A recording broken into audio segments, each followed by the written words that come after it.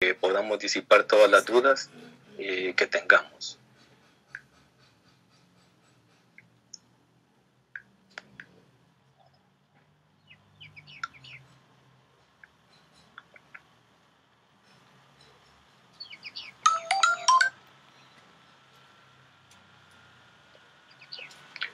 No sé si están viendo todos. Sí, ahí estamos.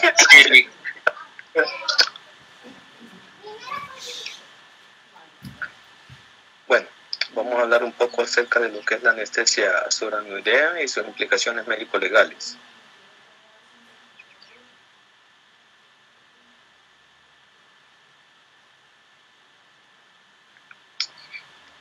Corning en 1900 pues dio este consejo. Yo aconsejo a quienes pretenden practicar anestesia raquídea que examinen el esqueleto. Miren qué importante consejo. Es por eso que todos nosotros, los que hemos estudiado anestesia raquídea, incluso los que estudian medicina y todas las carreras afines a la medicina, lo primero que nos llevamos es a los laboratorios de anatomía. Y en este caso, como vamos a hablar de anestesia raquídea, es necesario saber y conocer cómo es que está compuesto la columna vertebral. ¿Por qué?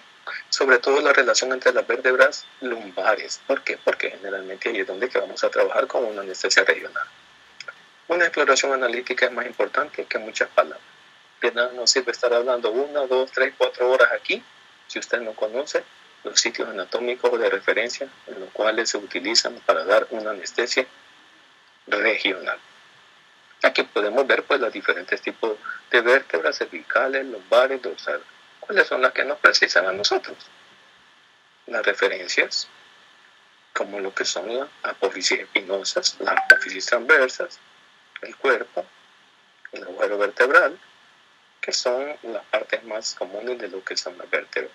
Recordemos de que lo que nos sirve de referencia son las apófisis espinosas cuando vamos a dar una anestesia raquídea, epidural o caudal.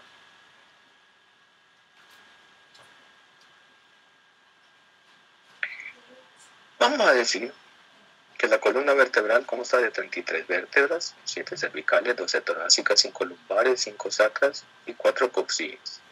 Es importante saber cómo está dividida la columna vertebral. Debemos de tener presente de que la columna vertebral presenta curvas. ¿Cuáles son las curvas que nos interesan? La curva cervical y la lumbar, que son convexas en dirección anterior. Además tenemos una curva torácica, que es en dirección posterior. ¿Por qué es importante? Porque dependiendo de esto vamos a saber la migración de los anestésicos locales, ya sea caudal o cefálico. Debemos recordar también cómo se divide el sistema nervioso periférico. Vamos a decir que se divide en un sistema nervioso somático y un sistema nervioso autónomo. El somático, bueno, aquí lo tenemos descrito, que está compuesto por 31 pares de nervios raquídeos y los nervios craneales, que son 12. Ahí los tenemos ya descritos. El sistema nervioso autónomo, que es generalmente en el que vamos a trabajar, también se divide en un sistema nervioso simpático, un sistema nervioso parasimpático y el entérico. El simpático, aquel llamado también toracolumbar, que va de T1 a L2, y el parasimpático, que comienza con las neuronas 3, 7, 9 y 10, o cráneo sacro. Y el entérico, pues que ya sabemos que es el aparato digestivo. Ahora, ¿qué es la anestesia raquídea? Vamos a decir que la anestesia raquídea también se le conoce como espinal, subaracnoidea o infradural. ¿Y qué es? Es el bloqueo reversible, así como cuando hablábamos de la anestesia general. ¿Qué decíamos que era la anestesia general? La reducción reversible de las funciones del sistema nervioso central. Aquí es la reducción reversible de las funciones del sistema nervioso autónomo, bloqueando las fibras cuáles, simpáticas, motoras, sensitivas y de la temperatura. ¿Cómo se hace? Simple, bajo anestésicos locales. Aquella era bajo anestesia general. ¿Por medio de qué? Aquella era a través de inductores, analgésicos, hipnóticos, relajantes musculares. Aquí no, es a través de anestésicos locales. ¿Con qué fines? Bueno, diagnósticos o quirúrgicos. Ahora bien, aquí tenemos la secuencia de todo lo que son las estructuras de lo que es las estructuras hasta llegar a la médula espinal. La valoración para dar una anestesia raquídea es igual que para la anestesia general. Lo voy a pasar como una de las grandes instructoras, no lo hago con el fin de mofarme, ¿no? Sino que es con el fin de aprender. Que se le solicitó que le diera anestesia general a una paciente para una cole, no pudo darla y por lo tanto le dio una anestesia epidural. Eso no se podía hacer, ¿verdad? Entonces a raíz de eso pues surgió el gran dicho de anestesia general fallida. Por lo tanto debemos de aprender a la valoración tanto de la anestesia raquídea como para la general es igual. ¿Por qué? Porque si en un dado caso se le complica al paciente, usted debe de estar ya preparado para dar o administrar una anestesia general. Ahora bien, cuando llegan ustedes a los hospitales, lo primero que se les dice, ¿qué onda? ¿Quieres dar la punción? Sí, decime las capas. Entonces las capas se las deben de aprender. Y está más que decir todo lo que se le pregunta. El tejido celular subcutáneo, el ligamento supraespinoso, etcétera, etcétera, etcétera. Pero ¿cuál es la importancia de todo esto? Es de que ustedes conozcan los diferentes espacios donde se van a depositar los diferentes tipos de anestesia. Así tenemos el espacio epidural, que yace entre el ligamento amarillo y la dura madre. El espacio subdural, que yace entre la dura madre y la aracnoides, y el espacio que nos aqueja en este momento, el espacio subaracnoideo, que es el que yace entre la aracnoides y la pía madre. Y aquí lo podemos ver relacionado a dónde es que se encuentra. Estas imágenes ustedes las pueden bajar en Google para tener más referencia o están en todos los libros de anestesia raquídea. ¿Qué es un dermatoma? Bueno, los dermatomas son importantes para nosotros como anestesistas porque necesitamos bloquear ciertos dermatomas según la cirugía en la que vamos a trabajar. ¿Qué es un dermatoma? Es un área de la piel inervada por fibras sensitivas provenientes de un solo nervio espinal. Y aquí tenemos los diferentes dermatomas. Pero ahora bien, como dijimos de que en la definición de que no es por arte de magia, sino que es a través de anestésicos locales, vamos a decir que es un anestésico local. Bueno, son aquellos fármacos que deben de ser aplicados a concentraciones adecuadas. Digo concentraciones adecuadas porque si estamos hablando, por ejemplo, de la bupivacaína, al 0.5%. Si usted la ocupa al 0.1%, su bloqueo va a ser insatisfactorio. Si ocupamos una concentración de 0.75%, entonces usted tiene que bajar una dosis porque si no, va a causar una intoxicación a este paciente. Si la cumple al 1%, van a ser garrafales los efectos de este paciente. Por eso es que digo que debe de ser a concentraciones adecuadas. Y otra cosa importante, en un lugar adecuado de acción. ¿Por qué en un lugar adecuado de acción? Porque nada sirve de que usted lo ponga en el ligamento amarillo, que lo ponga en la grasa, que lo ponga en el espacio epidural, en el espacio subdural. Esta anestesia no le va a pegar.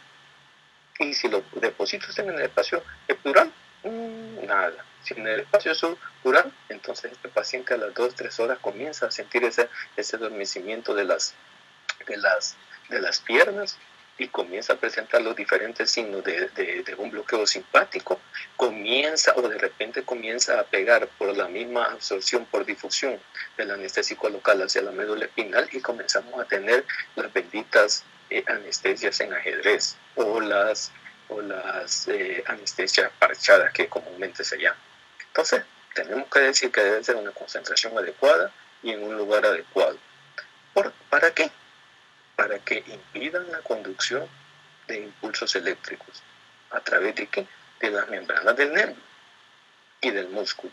De manera, viene lo importante, transitoria. Por eso, el concepto decía reversible. No puede ser perenne. Si usted se confunde en el espacio, puede dejar una secuela al paciente. Por eso debe de ser de manera transitoria y predecible. Otra clave. ¿Por qué predecible? Bueno, usted dice, bueno, ¿cuánto se va a tardar este ortopeda en esta de cadera? Ah, bueno, se va a tardar 2 horas. Ah, muy bien, entonces le voy a dar bupivacaína.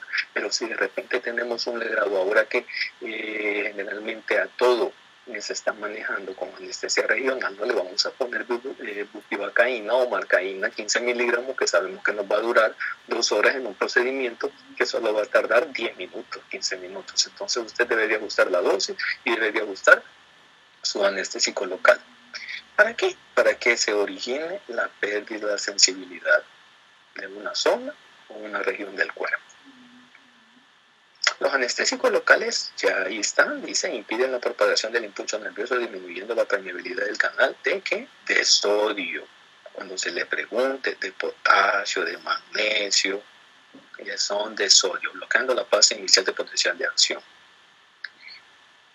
Vamos a decir también otra cosa que se nos olvidó de las meninges. Las meninges son importantes, debemos de recordar de que la que tenemos que tener presente nosotros en este tipo de anestesia, pues es la duramadre, o también conocida como paquimenín. Es quizás una de las más gruesas, con un espesor de 270 a 280 micromicras y consta de fibras de colágeno y están dispuestas aproximadamente unas 80 capas, una encima de otra, de una manera de láminas y súper finísimas. Entonces, por eso es de que cuando usted rompe la duramadre, hasta usted siente ya a medida que usted vaya teniendo sensibilidad en sus yemas, hasta se siente cuando se rompe la duramadre. Ahora, hablando acerca de lo que son los anestésicos locales, siempre vamos a decir que la potencia de los anestésicos locales se relaciona con su liposubilidad. ¿Y cuánto es la liposubilidad de la bupivacaína? Lo podemos saber aquí en el cuadro de abajo. Es de 30. En cambio, comparándolo con la lidocaína, no sé si Pacheco se acuerda que antes utilizábamos lidocaína al 5%, es de 4. Entonces, ¿qué quiere decir? La potencia depende de la liposubilidad. Entonces vamos a decir que la bupivacaína es más potente que la ROPI, que la MEPI y que la lidocaína. Simple, depende por la liposubilidad. La duración del efecto del anestésico local depende de la unión a proteínas. ¿Y cuánto se une la bupi? Se une el 95%. Mientras que la lidocaína un 65%. Entonces vamos a decir que la bupivacaína, por su unión a proteína, va a durar más que los otros anestésicos. El inicio de acción se relaciona con la cantidad de anestésico local disponible en forma de base. Y ahí tenemos el pKa, de cuánto es de la bupivacaína, de 8.1, y el de la lidocaína, de 7.7. Cuando la liposubilidad es baja, administrar concentraciones más altas. ¿Cuál es la más baja? En este caso la lidocaína, ocupábamos hasta 100 miligramos, pero usted le daba vuelta al paciente inmediatamente, ya estábamos con hipotensión. En cambio la bupivacaína, cuando ocupamos 10 miligramos, 9 miligramos, 8 miligramos. Espero que ustedes no estén ocupando como 15 o 20 miligramos que todavía ocupan en maternidad. Entre más unión a proteínas, la acción es más prolongada. Ya lo habíamos visto. Entre más bajo es el pKa, más rápido es el inicio de acción. ¿Verdad? Ya habíamos dicho, 7.7 la lidocaína, 8.1 la bupivacaína. Por lo tanto, es más rápido la lidocaína.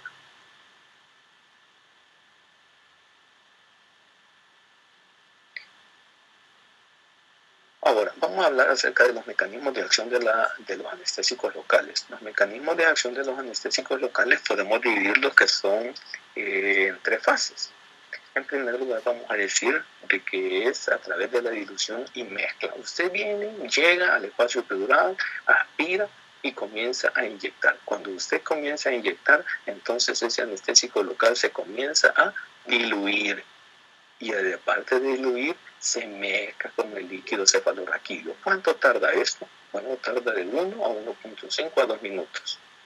Luego de que este anestésico local se mezcla, entonces comienza el proceso de difusión y distribución.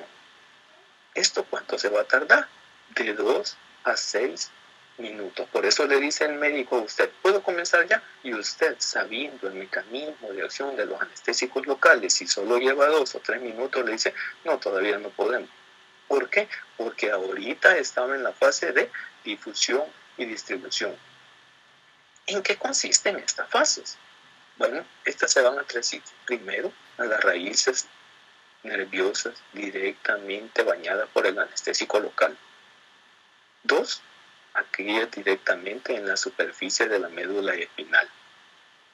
Y 3, en las partes más profundas del parénquima de la médula espinal, a través de los espacios de Virchow-Robin. Y allí los tenemos dibujados. Estos azules son los espacios de Virchow-Robin que llegan hasta la médula espinal para poder que estos lleguen a la captación y fijación del anestésico local, que es la tercera fase. Entonces ya tenemos la dilución y la mezcla. Segundo, difusión y distribución. Y ahora vamos con lo más importante, la captación y la fijación. ¿En qué? Es lógico que en los tejidos nerviosos. ¿Qué va a pasar ahí? Bueno, va a volver la transmisión y la generación de impulsos nerviosos. ¿Pero de qué va a depender esto? Para que este anestésico local bloquee estas fibras. Bueno, va a depender de la concentración del anestésico local. Ya lo expliqué, que por ejemplo, la bupivacaína, cuando le preguntamos ¿a qué concentración viene? Al 5%, al 5%, ¿está seguro? Al 8%, al 8%. No, al 0.5%. Entonces es necesario conocer las diferentes concentraciones de los anestésicos locales. 2, del peso molecular de los anestésicos locales.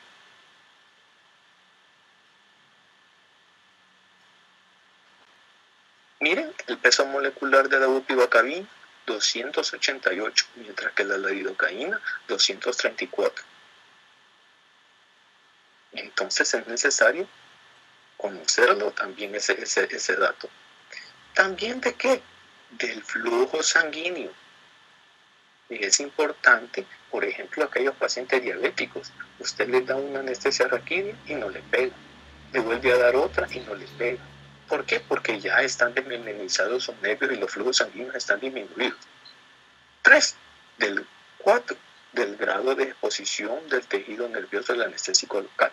De nada me sirve ni poner una anestesia disque, anestesia raquídea en el espacio epidural si no me va a funcionar. En el espacio subdural si no me va a funcionar. En el tejido amarillo peor. Entonces debe de ser propiamente en el espacio subaranoideo. Entonces, en resumidas cuentas, ¿de qué va a depender la captación? Va a depender de la dosis, de la varicidad, del volumen y de la posición del paciente. De la dosis, ¿por qué? Porque de repente venimos y dice, le voy a poner 5 miligramos a esta paciente porque dice Calle de que no hay que poner mucho, porque es pecado, porque no debemos de hacer lo que hacen en materno. Porque por eso sabemos la fisiología, la farmacocinética y la farmacodinámica de cada medicamento, en este caso de los anestésicos locales. Por lógica vamos a saber de que para la captación una dosis de 5 miligramos para una histerectomía o para una cadera es insuficiente. 2, la varicidad. Ya vamos a ver qué es la varicidad y cómo es de importancia. El volumen, bueno, el volumen va a depender generalmente en las anestesias epidurales, que en este caso también es importante. Por ejemplo, yo vengo y diluyo mi anestésico local con el líquido cefalorraquídeo, me va a cambiar mi varicidad. Me voy a aumentar el volumen, pero lo voy a dejar inerte a este anestésico local. Y por último, la posición del paciente, si esto es importante de acuerdo a si son hipotónicas o hipertónicas las soluciones. La lidocaína y la bupivacaína, pues vamos a ver que disminuyen el flujo sanguíneo de la médula espinal, lo cual incide en la eliminación del fármaco. La eliminación de los anestésicos locales en el espacio subaranoideo es por absorción, o sea, es todo lo contrario a lo que es el mecanismo de acción. Ahora bien, vamos a hablar acerca de las determinantes de la diseminación del anestésico local. Ya habíamos hablado 4, ya se los había dicho, que para la captación eran importantes la varicidad, la dosis, el volumen, y en este caso nos agrega a esta cuadra el peso específico, que ya lo habíamos visto. Las características del paciente. Las características del paciente ya lo habíamos visto, la duración del paciente después de la inyección, la talla del paciente. No le vamos a poner a una persona que mide 1,25, como muchos compañeros que tenemos, le vamos a poner 20 miligramos. Lo vamos a matar porque se le va a llegar hasta las cervicales, ¿verdad? Y tampoco le vamos a poner a uno de 2 metros, solo le vamos a poner 5 miligramos. Entonces la talla sí es importante. Las características anatómicas de la columna vertebral, la reducción del volumen del líquido cefalorraquídeo, y tenemos la otra, la técnica, el sitio de inyección. Si la ponemos en L4 o L5 y necesitamos para una cesárea, es lógico que nos va a quedar demasiado bajo por las metámeras bloqueadas, que nos va a quedar abajo el bloqueo y no nos va a funcionar. Y la dirección del bisel de la aguja. La dirección del bisel de la aguja, pues dependiendo, ya vamos a ver cómo es que influye o no influye en lo que es la anestesia e incluso en lo que es la cefalea. Como habíamos dicho, ¿de qué depende la varicidad? Ahí tenemos propiedades de la solución del anestésico local, la varicidad. ¿Pero qué es la varicidad? Es la proporción de la densidad del anestésico local y el líquido cefalorraquídeo, ambos a 37 grados centígrados. Y aquí te la tenemos. La bupivacaína al 0.5%, ¿cuánto es la varicidad?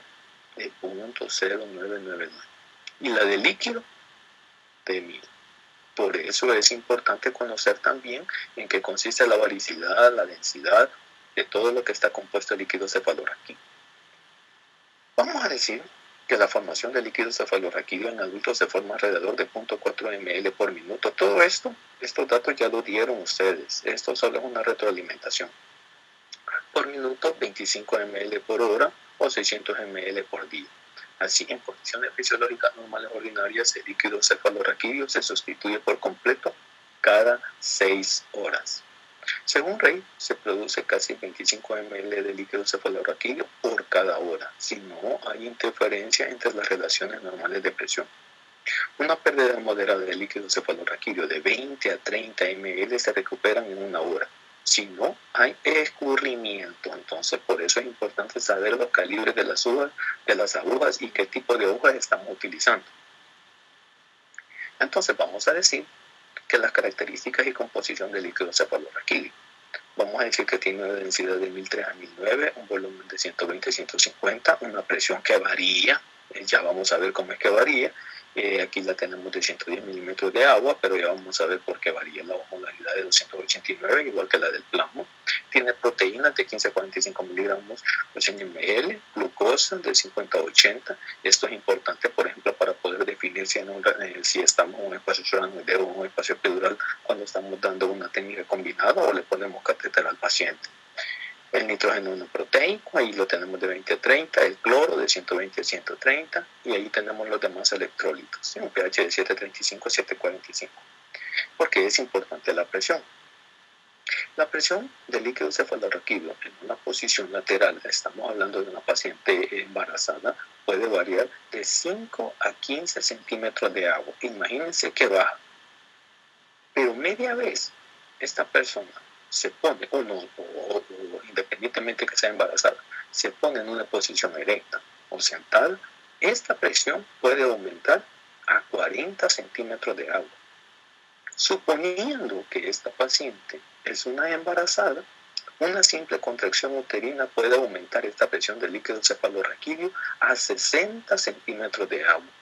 Y si en el momento de que el paciente está teniendo el parto y que ustedes la miren que hasta roja se pone para pujar, esta presión puede aumentar arriba de 100 centímetros de agua. Y de repente le dicen, mire, hay que pasar la SARA porque él no baja, el paciente ya no aguanta.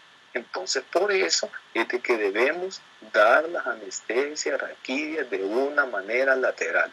Y si es posible en decúbito lateral izquierda. ¿Por qué? No porque yo le digo, sino por esta explicación científica de la presión del líquido cefalorraquídeo de acuerdo a la posición. ¿Quién lo dice? No lo digo yo. Lo dicen los libros, cómo varía la presión del líquido cefalorraquídeo. Barais También menciona acerca de la producción de líquido cefalorraquídeo. Siempre cuando nos preguntan ¿y a dónde se producen los plexos coroideos? Inmediatamente antes de que nos termine de preguntar al instructor, a los plexos coroideos. Ha manifestado que existen diferentes hipótesis y uno de ellos, lo dice, no lo digo yo, dice que la producción y la absorción, que es una hipótesis un poco equivocada y errónea, sino que dice de que la producción y la absorción, pues aparte de los plexos coroideos, es mayor en los capilares del parénquima del cerebro y de la médula espinal. ¿A dónde lo van a ir a leer? En Barais. Ahí está.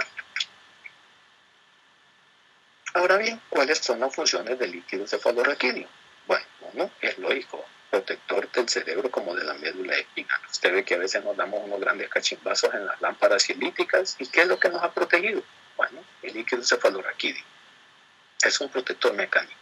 Además de eso, pues sirve como una nutrición, transporte y eliminación de sustancias de desecho. Proviene del metabolismo del tejido nervioso. La formación, pues ya dijimos, en los plexos coroideos, aunque ahí ya manifiesta otra hipótesis. Por lo tanto, también ya no solo nos debemos de ir quedando con los plexos coroideos. Y la absorción se da por las vellosidades aranoideas. La circulación creo que le explicaron muy bien las compañeras en el video.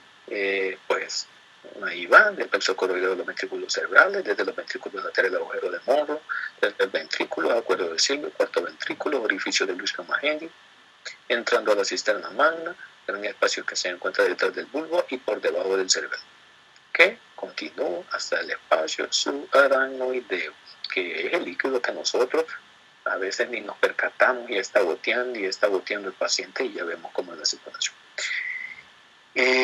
¿Cómo es la distribución? Bueno, ya dijimos cuánto es el volumen. El volumen se estima de 120 a 150 ml. En los ventrículos pues hay de 20 a 25 ml, en depósitos cisternales de 30 a 90 ml. Aproximadamente pues de 25 a 30 ml ocupa el espacio subaranoideo raquídeo. Como una guía, se puede esperar 1 ml de líquido cefalorraquídeo por cada nivel vertical hacia arriba de S2. Así, en L3, el volumen de líquido sería de 5 ml, en las torácicas de 15 ml y superior de 25 ml. Pero estos son datos aproximados, ¿verdad? No quiere decir que exactamente es así. Del 50 al 80% del líquido cefalorraquídeo producido por los plexos coroideos depende de ¿qué? De la anhidrasa carbónica. De resto, pues es un remanente del metabolismo del sistema nervioso central. Los nervios simpáticos, pues vamos a decir que tienen un origen, ¿a dónde? En la médula espinal. Ya lo habíamos dicho, entre los segmentos T1 y L2. Desde aquí se dirigen a la cadena simpática vertebral y finalmente a los tejidos y órganos periféricos.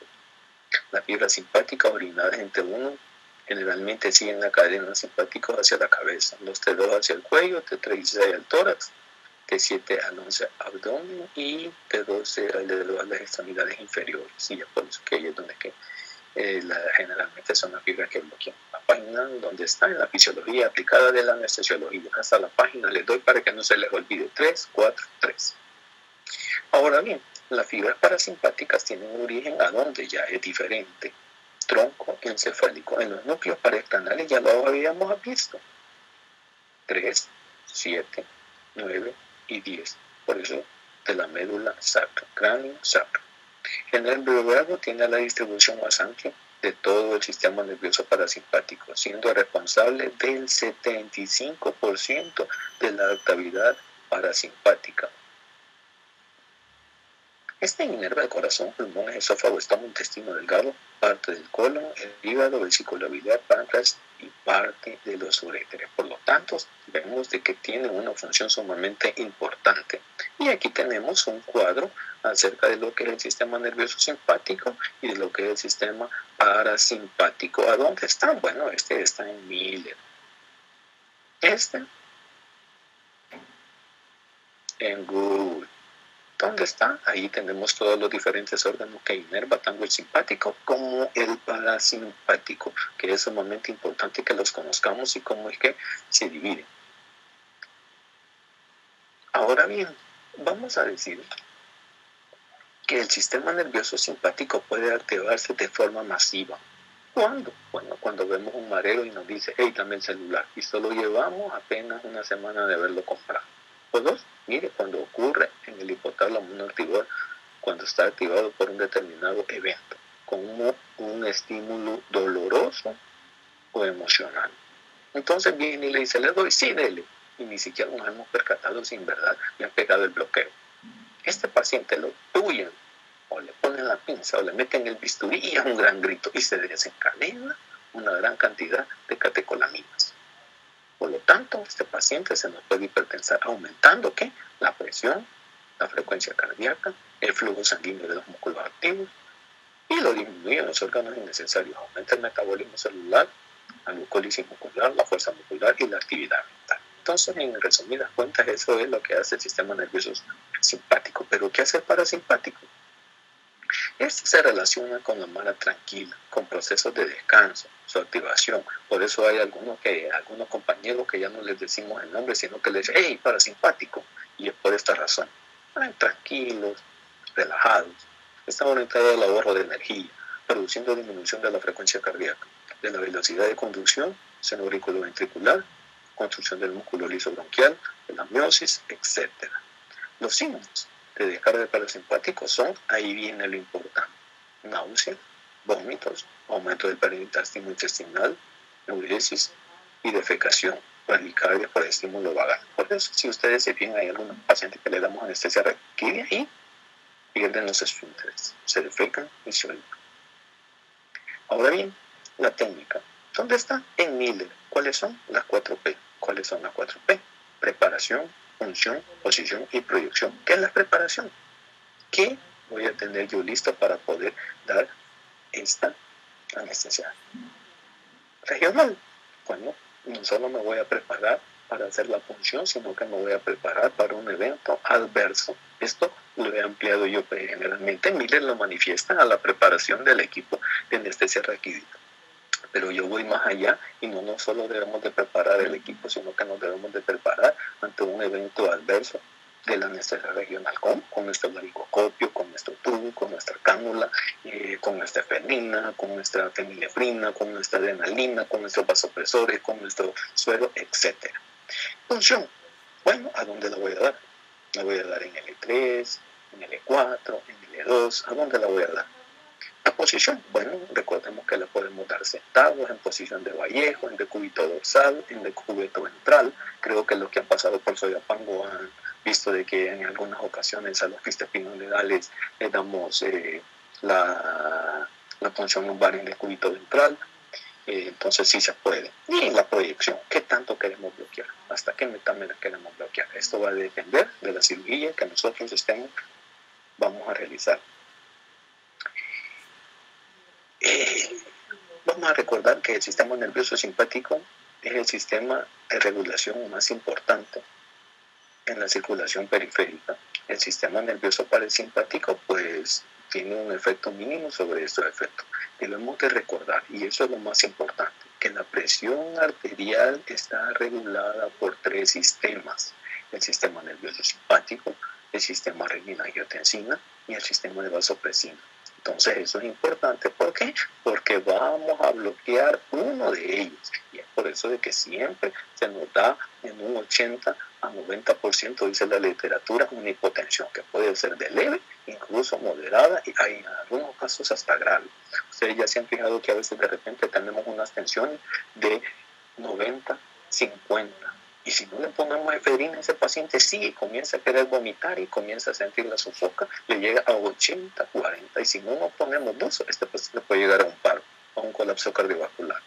Y es por eso, porque hemos afectado un sistema de regulación. Ahora, entre los desinfectantes y antisépticos también, porque es importante, porque de qué sirve de que le realicemos una buena cirugía, una buena anestesia, si usted le va a provocar una meningitis al paciente, o le va a provocar otro daño, un síndrome de Caudequino, un hematoma pleural, un hematoma subdural, etcétera, etcétera, etcétera, o un daño transitorio del órgano. Hay una gran cantidad, aproximadamente unas 50 comorbilidades que le podemos provocar por la anestesia raquídea. Les voy a subir unos documentos y dependiendo de esos documentos y de la presentación, los van a tener que leer porque de ahí va a salir el examen.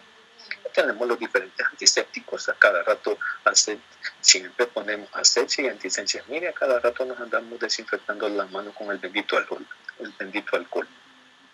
Y aquí yo les preguntaba al principio de la clase y se lo dejé de tarea, ¿cuál es la diferencia de los diferentes antisépticos? Y aquí tenemos los alcohol orgánicos y inorgánicos. Entre los orgánicos tenemos los alcoholes, los aldehídos, las bioadeninas, los colorantes, los fenoles. Y entre los inorgánicos tenemos los halogenados, los oxidantes, los peróxidos de hidrógeno, los ácidos y las álcalis. ¿Cuáles son los que más utilizamos? Bueno, el alcohol. 2, la clorhexidina. Porque dice de que siempre el mismo Miller manifiesta que hay que estarle poniendo alcohol a la clorhexidina porque es neurotóxico. Y es por eso que a muchos pacientes a veces les puede dar una aranolvicia o les puede dar cefalea. No sé si Pacheco está ahorita presente en la clase, pero allí hicieron un estudio en el hospital en el cual se dio una gran incidencia grande de cefalea. Comenzaron a hacer el estudio y comenzaron a ver de que era por la clorhexidina. Por lo tanto, ya después lo cambiaron a yodo. No sé si... Hola, buenas tardes.